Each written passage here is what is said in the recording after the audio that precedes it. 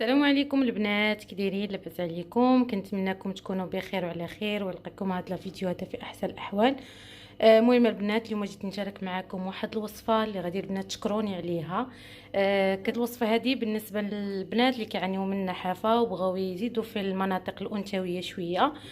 صراحه الوصفه البنات صحيه ومقويه وغادي تنفعكم البنات حتى في شهر رمضان المبارك. المهم البنات، بالنسبه للمقادير باش ما نطولش عليكم، 10 دراهم ديال الزبيب، وعندي هنا البنات واحد 10 دراهم ديال الكركاع. هنا البنات راني حمرته في المقيله وعاد البنات طحنته. عندي جوج معالق البنات ديال الفوه، ها هي البنات، حتى هي البنات حمرتها في مقيله وطحنتها. هنايا البنات عندي الصوجه، حتى هي البنات خديت منها جوج معالق كبارين، حتى هي البنات حمرتها مزيان وطحنتها حتى ولات ليا بودره على هذا الشكل. المهم هادشي البنات راني غربلته.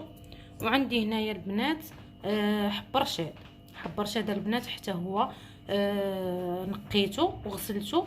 المهم هنا البنات الحبرشاد ما غاديش نطحنوه حيتاش كيطلق لينا واحد الخيوطه. وعندي هنا البنات نوتيلا، وعندي البنات هنايا نيسلي كراميل.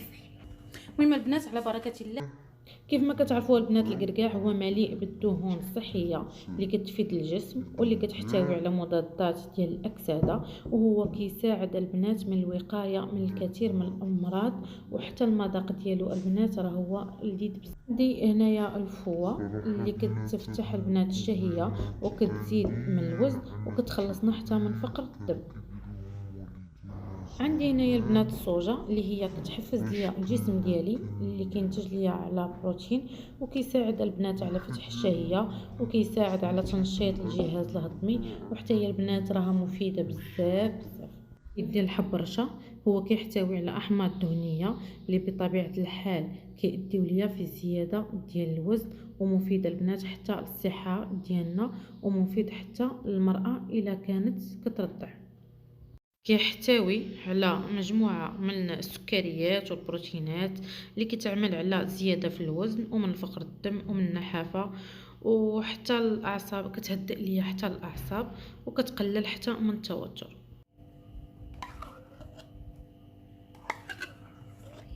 الصراحه البنات هاد الوصفه هادي عطيوها حتى الوليدات ديالكم الصغارين اللي ما عندهمش الشهيه بزاف ولا ما تياكلوش لكم، عطيوهم معلقه صغيره البنات غير في الصباح، ما تكثروش ليهم.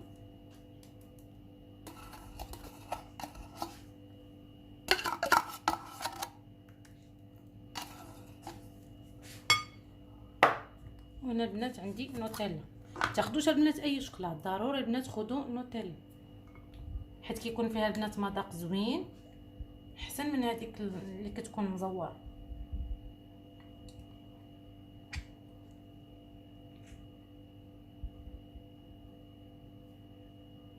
المهم هنا البنات انايا ضفت غير جوج معالق تاع نوتيلا حتى البنات تنخلط مزيان هاد المكونات مع بعضياتهم. عاد ديك الساعه نشوف واش غادي نقدر نزيد ولا ما نقدرش نزيد. المهم البنات الريحه ديالو غزاله والله البنات، انا كنحرك وهو تيطلع. كيف جاتك الريحه ايناس؟ زوينة. ها زوينة بحال بحال السفوف. اييه بصح البنات بحال المذاق ديال السفوف.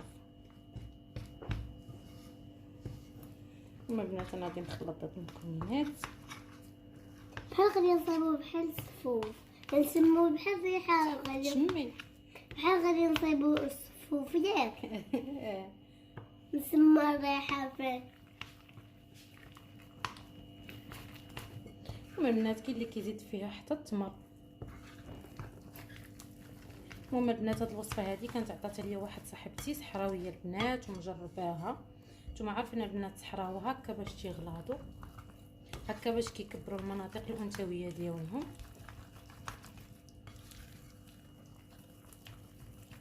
كاع انا بطلت كوزينة نصايبو هاد الشي بحال كيما صيفناه.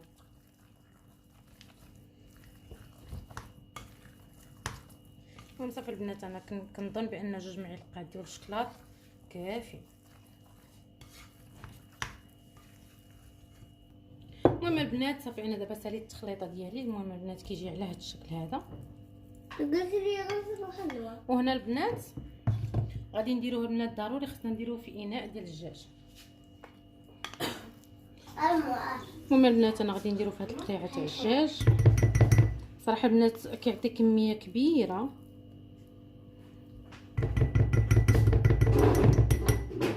المهم البنات انا غادي نديرو دابا هنا في هاد القريعه، ومن بعد نتلاقاو معكم نوريكم الطريقه ديال الاستعمال. تحتفظوا بها في الثلاجه باش ما تخسرش، وراها البنات تدير لنا مده ديال الشهر.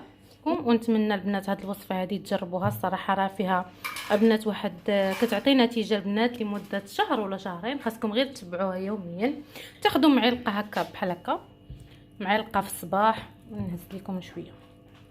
تاخذوا معلقه هكا في الصباح قبل الفطور وقبل الغداء ولا قبل العشاء صافي، وتاكلوها وبالصحه والراحه.